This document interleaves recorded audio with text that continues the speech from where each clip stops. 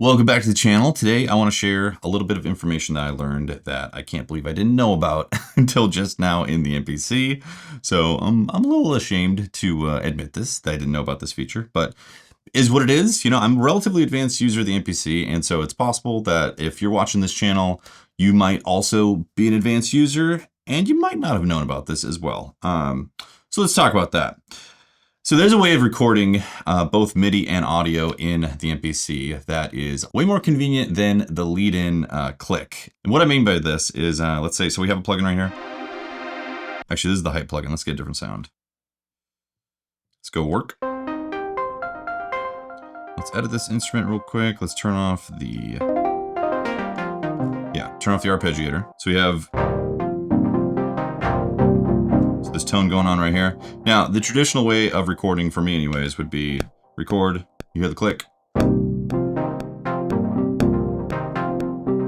Straightforward, everyone knows how to record that way. It's very obvious, right? You hit record, play, or overdub, etc., etc. But there's another way of recording that I have not been utilizing at all with the MPC, which is so much better, especially when recording live instruments. This is auto record at the end of the loop, okay? So if you're in the arrangement side right here, I'm pretty sure you can do this in MPC too as well. Correct me if I'm wrong. If you're in the arrangement side, you click on the play button with a wall, basically, and it tells you right here, it says auto record at loop start enabled. And it does exactly that. It will auto start the recording at the top of the loop. So if I play this, so it's doing its thing. If I hit record, you hearing the click? Now watch, it'll start erasing. It's erasing it.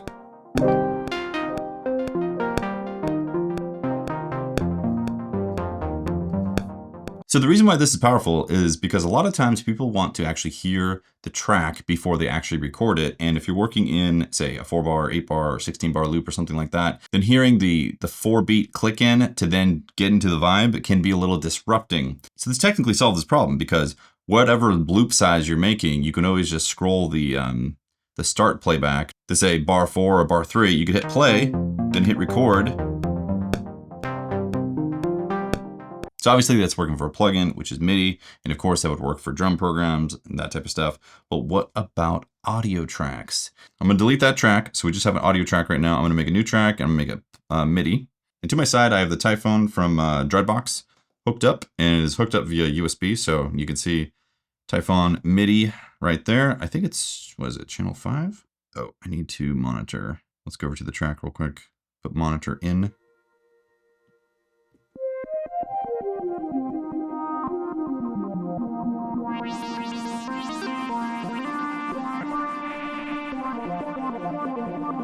Now, in order to do this, we need to set the monitor to in also, because we're going to record on the audio track, but whatever we play on the keyboard, we want to make sure gets sent over to the Typhone as we're playing.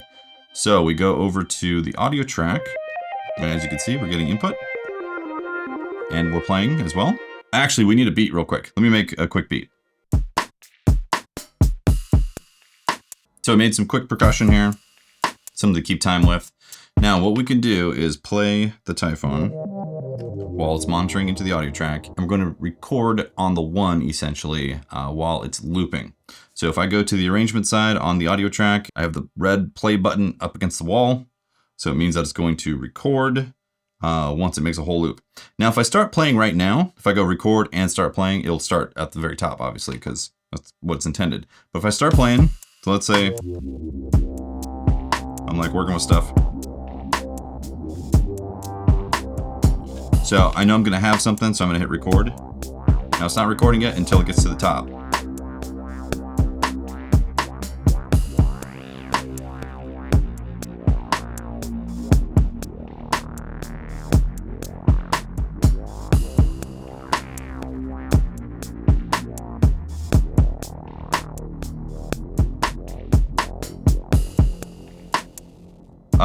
Now, it didn't start playing right away because I put the monitor to in. If I had put the monitor to auto, then it automatically would have started playing, as you can hear.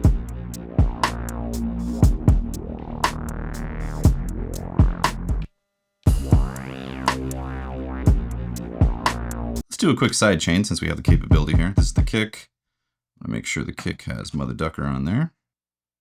mother ducker input, and then go to my newly recorded audio track, FX. Needs to be lower.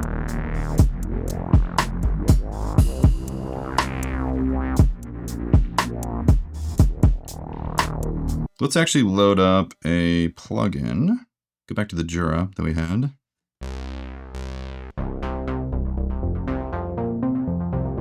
So same type of thing. We could be playing around with this. If we have this on auto record at loop start enabled, that means we can play.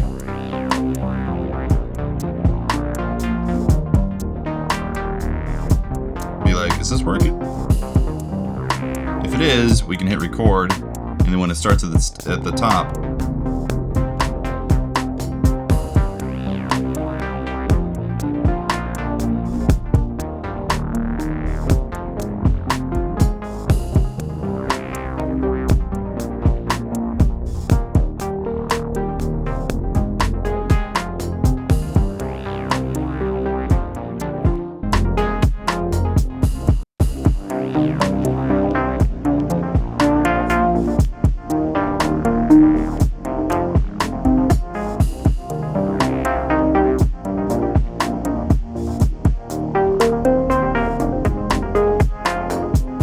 now let's go back to the Typhoon. I'm going to do a new track. I'm going to do audio track. And I'm going to put this to auto this time. So let's go a couple octaves up.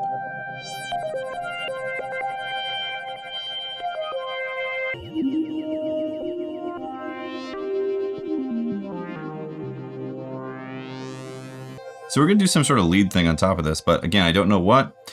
So I'm going to play with it.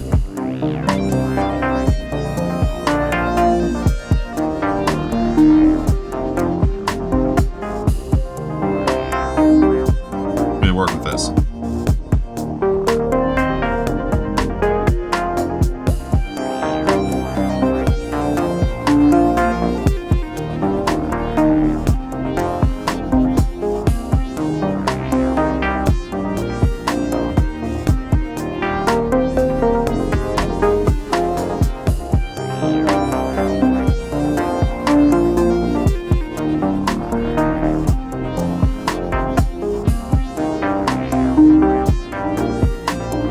You know, it's something.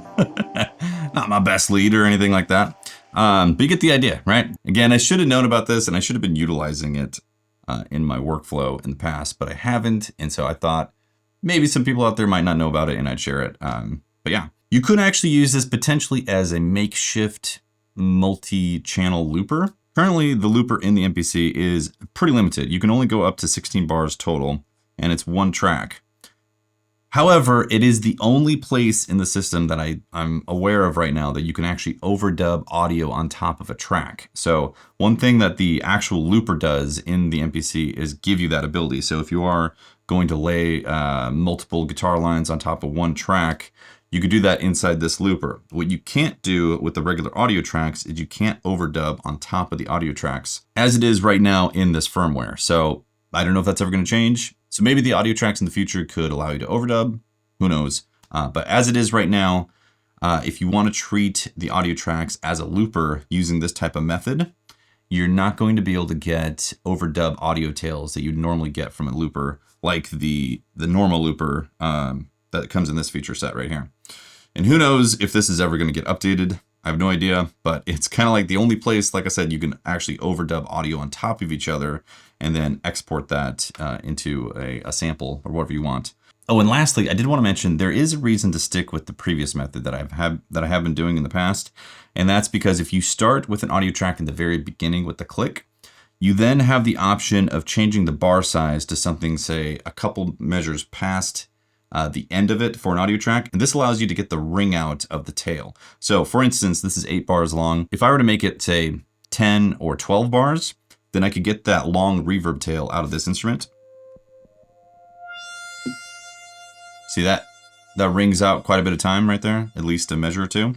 If I wanted to capture that in the audio file so I still had access to it later, I would actually have to adjust the bar size in the sequence and then start the recording from the very beginning if I wanted to do it that way. So there's obviously merits to just starting with the click lead in. I don't want to say I'm not using that anymore or anything like that. But yeah, if you haven't tried it out, definitely check this out. Again, you go over to the arrangement side, you click on the button right there. It's right next to the punch in, punch out, which I use every now and then, not too often for the punch in, punch out. Otherwise, normally this is just off, probably for most people if you haven't used that feature yet. That's the video. Thanks for watching. I appreciate it. If you are planning on purchasing any gear and you use my affiliate links below, then it directly supports the channel. So thank you very much for that.